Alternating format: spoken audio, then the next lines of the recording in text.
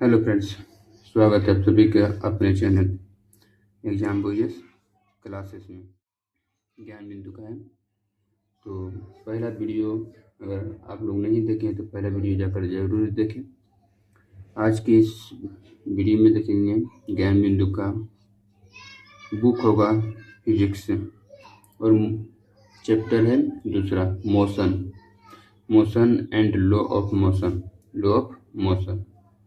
तो पहला क्वेश्चन है, किसी समय अंतराल में विस्थापन का परिणाम उस समय अंतराल में वस्तु द्वारा किसी समय अंतराल में विस्थापन का परिणाम उस समय अंतराल में वस्तु द्वारा तय की गई दूरी के हमेशा बराबर होता है, तय की गई दूरी के बराबर होता है, तय की गई दूरी से हमेशा कम होता है, तय की गई दूरी से कम हो सकता है। तो आंसर होगा तय की गई दूरी से कम हो सकता है। तय की गई दूरी से कम हो सकता है, यानी किसी समय अंतराल में विस्थापन का परिणाम उस समय अंतराल में वस्तु द्वारा तय की गई दूरी से कम हो सकता है। अगला क्वेश्चन है, यदि किसी वस्तु द्वारा तय की गई दूरी समय के अनुक्रमानुपाती होती है तो किसी वस्तु द्वारा तय की गई दूरी समय के अनुक्रमानुपाती होती है तो वस्तु का वेग शून्य होता है, वस्तु एक समान चाल से चल रही है, वस्तु का त्वरण अचर होता है या वस्तु का वेग एक समान होता है। तो आंसर होगा वस्तु एक समान चाल से चल रही है, वस्तु एक समान चाल से चल रही है। अगला क्वेश्चन है, निम्नलिखित में से कौन अदिश राशि, एक होता है सदिश राशि, एक होता है अदिश राशि। तो यहाँ पर बोल रहा कौन अदिश राशि है, तो कौन अदिश राशि है, तो विस्थापन, त्वरण, चाल, वेग। तो आंसर होगा चाल एक अदिश राशि है। चाल क्या है, एक अदिश राशि, चाल है एक अदिश राशि है, आयतन अदिश राशि है, ये सब विस्थापन, वेग, त्वरण, ये सब एक सदिश राशि है। अगला क्वेश्चन है वेग विस्थापन समय में क्या संबंध है। वेग विस्थापन तथा समय में क्या संबंध है, वेग विस्थापन तथा समय में क्या संबंध है। वेग बराबर समय बटा विस्थापन होता है, वेग बराबर विस्थापन बटा समय होता है, वेग बराबर विस्थापन पर समय होता है, वेग बराबर विस्थापन माइनस समय होता है। ऑप्शन नंबर बी होगा, वेग बराबर विस्थापन बटा समय होता है। वेग बराबर क्या होता है, विस्थापन बटा समय होता है। गति के लिए एक समान त्वरित गति के लिए औसत वेग क्या होता है, v minus you, v plus you by 2 या v प्लस यू बाई 3। तो ऑप्शन नंबर सी होगा, v plus you by T, तो u प्लस v बाई 2, यानी एक समान त्वरित गति के लिए औसत वेग क्या होता है, u प्लस v बाई 2। आगे क्वेश्चन है, यदि कोई वस्तु पटना से रांची जाता है और पुनः रांची से पटना वापस आ जाता है तो उस व्यक्ति का विस्थापन क्या होता है। यहाँ पर विस्थापन बोल रहा है, उस व्यक्ति का विस्थापन शून्य होता है, उस व्यक्ति का विस्थापन क्या होगा, शून्य होगा। यदि कोई वस्तु पटना से रांची जाता है और पुनः रांची से पटना वापस आ जाता है तो उस व्यक्ति का विस्थापन क्या होगा, शून्य होता है। आगे क्वेश्चन देखते हैं। अगला क्वेश्चन है, जब एक गेंद को सीधे ऊपर की ओर हवा में फेंका जाता है, जब एक गेंद को सीधे ऊपर यानी हवा में फेंका जाता है तब बम h ऊंचाई तक पहुंचने के बाद वापस आ जाता है तो गेंद द्वारा तय की गई दूरी क्या हुआ। तो गेंद द्वारा तय की गई दूरी का 2h। देखो जैसे जब एक गेंद को सीधी ऊपर की ओर फेंका, मानो ये है हाइट, ये क्या हाइट है, एक गेंद को सीधे ऊपर की ओर फेंके ना, तो यहाँ पर आकर फिर पुनः वापस लौट गया, एक h गया और दूसरे का h यानी नीचे आया तो क्या वो हाइट होगा, एगो दोगो यानी 2h। ऊंचाई तक पहुंचने के बाद वापस आ जाता है तो गेंद द्वारा तय की गई दूरी कुल दूरी क्या होगा, 2h होगा।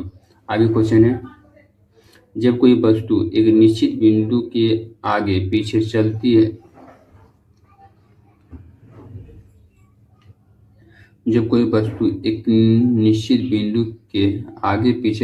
है तो इस गति को हम क्या कहते हैं, इस गति को हम कहते हैं दोलनी गति।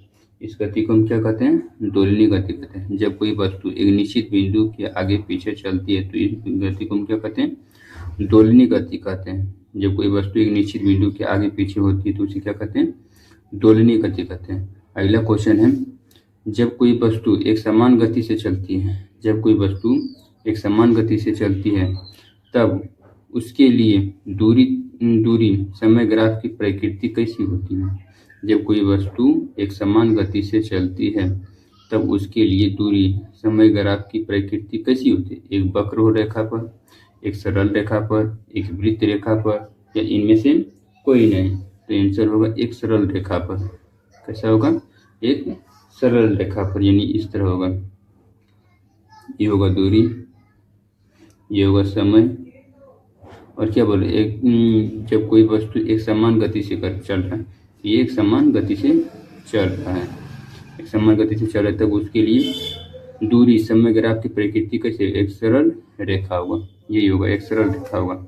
आगे क्वेश्चन है, 24 सेंटीमीटर प्रति सेकंड की प्रारंभिक चाल और 4 सेंटीमीटर प्रति सेकंड स्क्वायर के त्वरण से गतिमान वस्तु कितने समय के बाद रुक जाएगी? यानी मंदन बोला कितने समय के बाद रुक जाएगी? आंसर होगा 6 सेकंड के बाद। कितने सेकंड के बाद? 6 सेकंड के बाद रुक जाएगी। तो जैसे देखो क्या बोला, त्वरण कितने सेकंड के बाद रुक जाएगी? देखो प्रारंभिक वेग, यानी प्रारंभिक वेग क्या है? यू कितना है? यू हो गया 24 सेंटीमीटर। अब भी कितना होगा? 0। और चाल कितना, यानी ए कितना होगा? त्वरण कितना हो गया? 4 सेंटीमीटर प्रति सेकंड। और इसमें निकालना कुछ है त्वरित, तो कितने सेकंड के बाद रुक जाएगी? तो रुक जाना है, यानी इस तरह भाग देंगे 24/4, 4 × 24, यानी v - u / t करेंगे ना, v - u / t करना है, यानी ए निकाल लेंगे, इस तरह निकालेंगे, टी होगा, ए निकालना है, तो v - u / t यानी समय। तो v कितना है? 0, u कितना है? 24, u कितना है? 24, तो कि 0 में से 24 घटाएंगे तो 24 होगा, ये माइनस 4, 4 × 24, तो कितना? वो मंदन है ना, तो रुक जाएगा कितने सेकंड में? 6 सेकंड के बाद रुक जाएंगे। अगला, समान त्वरण से गतिमान वस्तु का वेग होता है। समान त्वरण से गतिमान वस्तु का वेग होता है। समान त्वरण से गतिमान वस्तु का वेग होता है, घटता जाएगा, बढ़ता जाएगा, शून्य हो जाएगा, या घटता जाएगा या बढ़ता जाएगा। तो आंसर होगा 11 का आंसर होगा बढ़ता जाएगा। 11 का आंसर क्या होगा? बढ़ता जाएगा। समान त्वरण से गतिमान वस्तु का वेग बढ़ता जाएगा।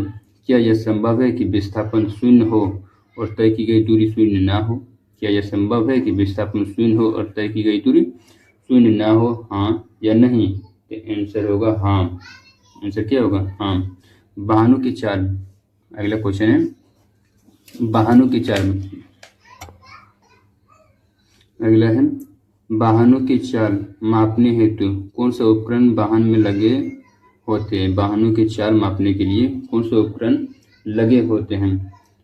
ओडोमीटर, स्पीडोमीटर, एक्सीलरोमीटर या अल्टीमीटर? तो आंसर होगा स्पीडोमीटर। आंसर क्या होगा? स्पीडोमीटर। और ओडोमीटर चली गई कुल दूरी नापते हैं। ओडोमीटर क्या देते हैं? चली गई कुल दूरी को मापते हैं ओडोमीटर से। अगला क्वेश्चन है, निम्नलिखित में से कौन एक सदिश राशि नहीं है? कौन एक सदिश राशि नहीं है? कौन एक सदिश राशि नहीं है? संवेग सदिश राशि, वेग सदिश राशि, कोणीय वेग सदिश राशि, एक द्रव्यमान अदिश राशि है। द्रव्यमान क्या है? एक अदिश राशि। बोल रहा है सदिश राशि है। कौन सदिश राशि है? कौन अदिश राशि है? ऊर्जा, बलागुण, संवेग या उपयुक्त सभी? तो कौन अदिश राशि है? तो ऊर्जा एक अदिश राशि है। ऊर्जा क्या है? एक अदिश राशि है।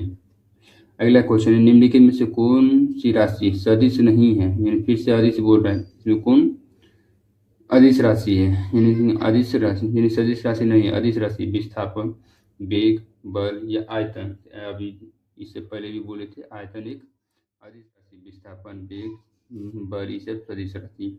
अगला क्वेश्चन है, कौन सा सदिश राशि नहीं है? फिर से बोल रहा है कौन अदिश राशि है? विस्थापन, वेग, बल, यानी क्वेश्चन डबल रिपीट हो गया। आयतन एक अदिश राशि है। अगला क्वेश्चन है, कौन सदिश राशि है? यानी कौन सा सदिश राशि है? वेग, द्रव्यमान, समय, लंबाई। तो आंसर होगा वेग। वेग एक सदृश राशि। वेग क्या है? वेग एक सदृश राशि है।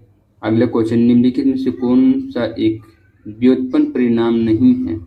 व्युत्पन्न परिणाम नहीं यानी आधारी राशि है। कौन एक आधारी राशि है? घनत्व, आयतन, चाल या द्रव्यमान? तो आंसर होगा द्रव्यमान। द्रव्यमान आंसर क्या होगा? द्रव्यमान। अगला क्वेश्चन, त्वरण ज्ञात करने का सही सूत्र कौन सा होगा?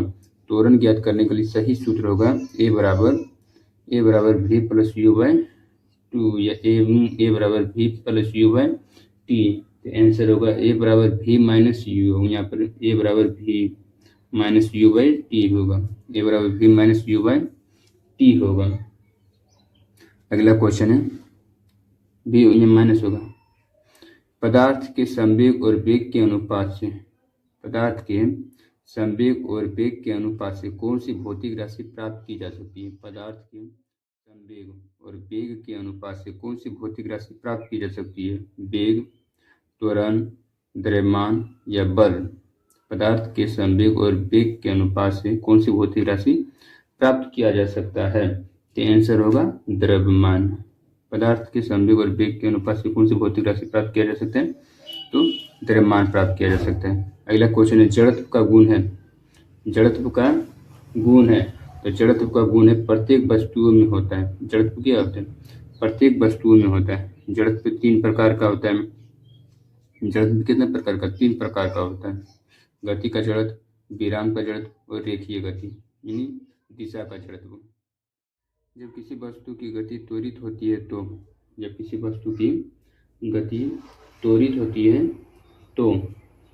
तो क्या होता है? उसकी चाल हमेशा वृद्धि होती है, उसकी वेग में हमेशा वृद्धि होती है, वह हमेशा पृथ्वी की ओर गिरती है, उन पर हमेशा कोई बल कार्य करता है। तो जब किसी वस्तु की गति त्वरित होती है तो उसकी वेग में हमेशा वृद्धि होती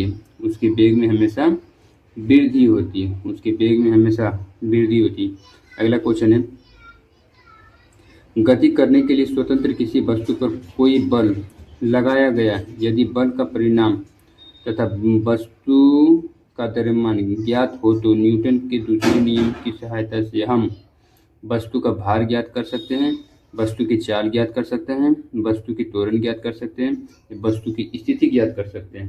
तो आंसर होगा वस्तु की त्वरण ज्ञात कर सकते हैं।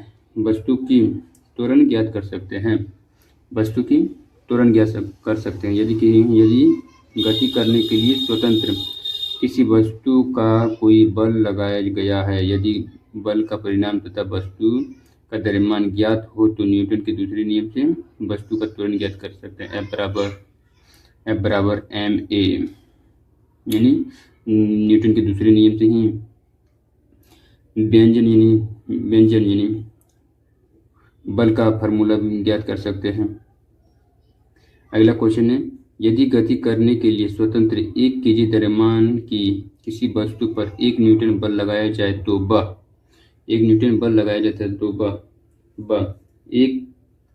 1 मीटर प्रति सेकंड के त्वरण से गतिशील होगा। 1 मीटर प्रति सेकंड की गति होगा यानी 1 मीटर प्रति सेकंड स्क्वायर के त्वरण के साथ गति होगा। यदि गति करने के लिए स्वतंत्र 1 kg द्रव्यमान की किसी वस्तु का फार्मूला होता है F बराबर ma। F बराबर क्या होता है? F बराबर ma। कितना दिले हैं? यार बल कितना लग रहा है? 1 न्यूटन बल लग रहा है, 1 न्यूटन। द्रव्यमान कितना है? 1 kg यानी मास कितना है? 1 kg। त्वरण निकालना ही है तो त्वरण गुना इधर चल जाएगा तो कट जाएगा ना। तो a बराबर 1/1 से 1 कट जाएगा, कितना आया? 1 मीटर। अगला क्वेश्चन है, जब किसी वस्तु पर कोई बाह्य बल लगता है तब वह बल के दिशा में त्वरित हो जाती है। इस प्रकार उत्पन्न त्वरण वस्तु पर लगे बल के समानुपाती होता है, वेग के समानुपाती होता है, वेग द्रव्यमान के समानुपाती होता है, वेग जड़त्व के समानुपाती होता है। तो आंसर होगा वेग यानी पर लगे बल के समानुपाती होता है। जब किसी वस्तु पर कोई बाह्य बल लगता है तब वह बल के दिशा में त्वरित हो जाती है। तो इस प्रकार उत्पन्न त्वरण वस्तु पर लगे बल के समानुपाती होता है। अगला क्वेश्चन, कोई अचर बल 0.6 kg द्रव्यमान के किसी पिंड में 0.08 मीटर प्रति सेकंड का त्वरण उत्पन्न करता है, तो बल का परिणाम क्या होगा? तो बल का परिणाम होगा 0.048 न्यूटन होगा। बल का परिणाम क्या होगा? 0.04 न्यूटन होगा, यानी 848। हाँ ठीक है, होगा ना। बल का परिणाम क्या होगा? तो F बराबर होगा ना, F बराबर एम ए। F बराबर एम द्रव्यमान कितना है? 0.6 और त्वरण कितना हुआ? 0.08। बोलो ये गुना कर सकते हैं ना, 848 कितना जीरो? 2 जीरो, अरे 3 जीरो के बाद पॉइंट है, 3 जीरो के बाद पॉइंट हो जाएगा, खत्म कहानी। अगला क्वेश्चन है, कोई बल 10 ग्राम द्रव्यमान की वस्तु ए में 8 मीटर प्रति सेकेंड स्क्वायर का त्वरण उत्पन्न करता है और दूसरा बल 20 ग्राम त्वरण की वस्तु बी में 5 मीटर प्रति सेकेंड का त्वरण उत्पन्न करता है, तो बी की अपेक्षा ए पर बड़ा बल लगता है, ए की अपेक्षा बी पर बड़ा बल लगता है। तो आंसर होगा ए की अपेक्षा बी पर बड़ा बल लगता है, ए की अपेक्षा बी पर बड़ा बल लगता है। अगला क्वेश्चन है, किसी एम द्रव्यमान की वस्तु जिसका वेग भी है का संवेग होगा। किसी एम द्रव्यमान की वस्तु जिसका वेग भी है, तो संवेग क्या होगा? तो संवेग क्या होगा? तो आंसर होगा संवेग होगा एम भी। संवेग क्या होगा? एम भी। स्थिति ऊर्जा होता है ना, एम भी। अगला क्वेश्चन है, किसी गतिशील पिंड का वेग आधा करने से उसका संवेग हो जाता है। किसी गतिशील पिंड का वेग आधा करने से उसका संवेग हो जाता है, आधा हो जाता है, दुगुना हो जाता है, चौगुना हो जाता है या चौथाई हो जाता है। तो आंसर होगा आधा हो जाता है। किसी गतिशील पिंड का वेग आधा करने पर उसका संवेग क्या होगा? आधा होगा। न्यूटन की गति के तीसरे नियम के अनुसार क्रिया या प्रतिक्रिया से संबंधित बल है। न्यूटन की गति के तीसरे नियम के अनुसार क्रिया या प्रतिक्रिया से संबंधित है, हमेशा एक ही वस्तु पर लगता है, विभिन्न वस्तुओं पर लगे होते हैं, हमेशा विभिन्न वस्तुओं पर ही लगे होना चाहिए। तो आंसर होगा हमेशा विभिन्न वस्तुओं पर लगे होना चाहिए, हमेशा विभिन्न वस्तुओं पर लगे होना चाहिए। अगला क्वेश्चन है, किसी बल्लेबाज द्वारा क्रिकेट की गेंद को मारने पर गेंद जमीन पर लुढ़कती है और कुछ दूरी चलने के पश्चात गेंद रुक जाती है, तो गेंद के रुकने के लिए धीमी होती है क्योंकि बल्लेबाज ने गेंद को पर्याप्त प्रयास से हिट नहीं किया। नहीं, वेग गेंद पर लगाए बल के समानुपाती होता है। गेंद पर गति की दिशा के विपरीत एक बल कार्य कर रहा था। हाँ, गेंद का कोई असंतुलित बल कार्य नहीं आता, गेंद विरामावस्था में जाने के लिए पर्याप्त है। आंसर होगा 32 का आंसर होगा सी नंबर। गेंद पर गति के दिशा के विपरीत एक बल कार्य कर रहा है, अगला क्वेश्चन है 33 नंबर क्वेश्चन होगा, किसी वस्तु के जड़त्व की माप होती है वस्तु के जड़त्व की माप होती है वस्तु के द्रव्यमान से। किसी वस्तु के जड़त्व का माप होता है वस्तु के द्रव्यमान से। अगला क्वेश्चन है, साइकिल, मोटरसाइकिल, कार और रेलगाड़ी में किसका जड़त्व अधिक होता है? साइकिल जिसका द्रव्यमान ज़्यादा उसका जड़त्व भी ज़्यादा। साइकिल, मोटरसाइकिल, कार और रेलगाड़ी में किसका जड़त्व सबसे ज़्यादा है? क्योंकि सभी का जड़त्व नहीं, मोटरसाइकिल का जड़त्व अधिक होता है, रेलगाड़ी का जड़त्व अधिक होता है, तो रेलगाड़ी का जड़त्व अधिक होता है, अगला क्वेश्चन देखेंगे। अगला क्वेश्चन, बल होता है, बल एक परिणाम है, बल एक दिशा है, बल परिणाम और दिशा दोनों है, ना तो परिणाम ना ही दिशा होता है। आंसर होगा बल परिणाम और दिशा दोनों होता है, बल क्या है? परिणाम और दिशा दोनों होता है। अगला क्वेश्चन देखेंगे, न्यूटन का ऐसा मात्रक क्या होता है? तो न्यूटन का ऐसा मात्रक बल होता है। न्यूटन का ऐसा मात्रक क्या होता है? बल होता है। निम्नलिखित में से कौन सही है? 1 न्यूटन 1 kg बराबर होता है, 1 न्यूटन 1 kg ग्राम बराबर होता है, 1 न्यूटन 1 kg मीटर प्रति सेकेंड स्क्वायर होता है, 1 kg बराबर 1 kg प्रति सेकेंड स्क्वायर होता है। तो आंसर होगा 1 न्यूटन बराबर 1 kg मीटर प्रति सेकेंड स्क्वायर होता है, 1 kg मीटर प्रति सेकेंड स्क्वायर होता है। अगला क्वेश्चन है, यदि F परिणाम का बल m द्रव्यमान की वस्तु में A त्वरण उत्पन्न करता है तो A समानुपाती होता है 1/m, A समानुपाती होता है 1/m का। अगला क्वेश्चन है, निम्नलिखित में से किन दो राशियों का एसआई मात्रक केजी मीटर प्रति सेकंड होता है? किन दो राशियों का एसआई मात्रक केजी मीटर प्रति सेकंड होता है? संवेग और आवेग का। संवेग और आवेग का दोनों समान होता है। संवेग और आवेग का एसआई मात्रक समान होता है। कार्य और ऊर्जा का एसआई मात्रक समान होता है। निम्नलिखित में से किन दो राशियों का एसआई मात्रक केजी मीटर प्रति सेकंड होता है? संवेग और आवेग का। आगे क्वेश्चन है, अगला क्वेश्चन है, संवेग में परिवर्तन की दर निम्नलिखित में से किस राशि को सूचित करती है? संवेग में परिवर्तन की दर निम्नलिखित में से किस राशि को सूचित करता है? त्वरण को, द्रव्यमान को, बल को। तो आंसर क्या होगा? बल को। आंसर क्या होगा? बल को। आगे क्वेश्चन देखते हैं, यदि m1 तथा m2 द्रव्यमान के दो वस्तु टकराने से पहले उनके वेग क्रमशः u1 तथा u2 एवं टक्कर के बाद उन वस्तुओं के वेग क्रमशः v1 तथा v2 हो तो संवेग संरक्षण के सिद्धांत के अनुसार निम्नलिखित में से कौन मान्य है? संवेग संरक्षण के सिद्धांत पर कौन मान्य है? तो आंसर होगा C number, m1 into u1 minus m2 into u2 बराबर होता है m1 into v1 plus m2 into v2। अगला क्वेश्चन है, बंदूक का प्रतिक्षेप किसके संरक्षण सिद्धांत पर आधारित है? बंदूक का प्रतिक्षेप किसके संरक्षण सिद्धांत पर आधारित होगा? तो बंदूक क्या होगा? संवेग संरक्षण के सिद्धांत पर आधारित होता है। किसके? तो संवेग संरक्षण के आधार पर होगा। अगला क्वेश्चन देखते हैं, 0.5 kg द्रव्यमान की एक वस्तु टेबल पर रखी है तो वस्तु का संवेग कितना होगा? 0.5 kg द्रव्यमान की एक वस्तु टेबल पर रखी है तो वस्तु का संवेग कितना होगा? तो वस्तु का संवेग कितना होगा इसे बाद में देखेंगे। अगले देखते हैं, पहले पदार्थ के संवेग और वेग के अनुपात से कौन सी भौतिक राशि प्राप्त की जा सकती है? पदार्थ के संवेग और वेग के अनुपात से कौन सी भौतिक राशि प्राप्त किया जा सकता है? वेग, त्वरण, द्रव्यमान या बल? तो आंसर होगा द्रव्यमान।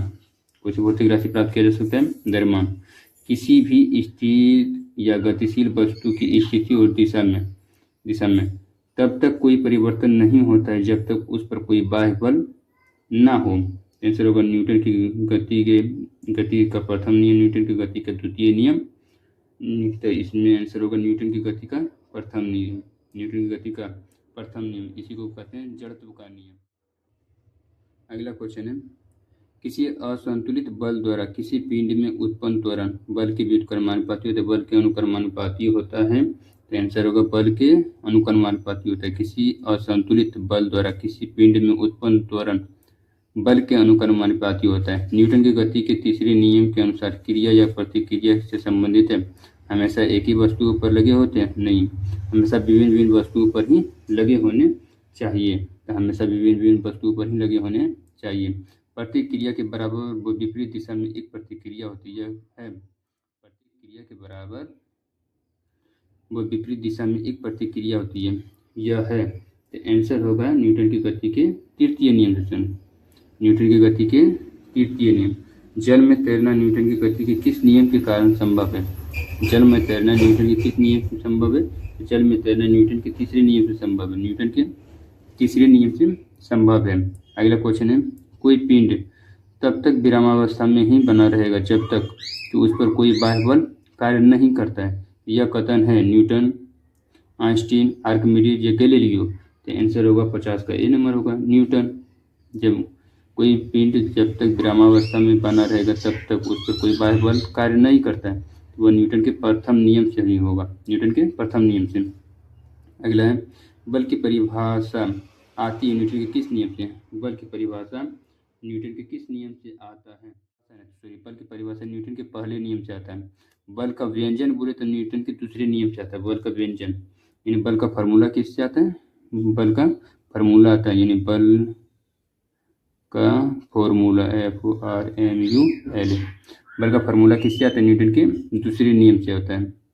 अगले क्वेश्चन है, किसी पिंड के उस गुणधर्म को क्या कहते हैं? किसी पिंड के उस गुणधर्म को क्या कहते हैं जिससे वह सीधी रेखा में विराम या एक समान गति की स्थिति में किसी भी परिवर्तन का विरोध करती है? तो आंसर होगा जड़त्व। आंसर क्या होगा? जड़त्व। किसी पिंड के उस गुणधर्म को क्या कहते हैं जिससे वह सीधी रेखा में विराम या एक समान गति की स्थिति में ही किसी भी परिवर्तन का विरोध करते हैं, उसे कहते हैं जड़त्व। न्यूटन के पहले नियम को भी कहते हैं, न्यूटन के पहले नियम को हम जड़त्व का नियम कहते हैं। न्यूटन के पहले नियम को किस नाम से जानते हैं? जड़त्व का नियम से जानते हैं। अगला क्वेश्चन है 54 नंबर।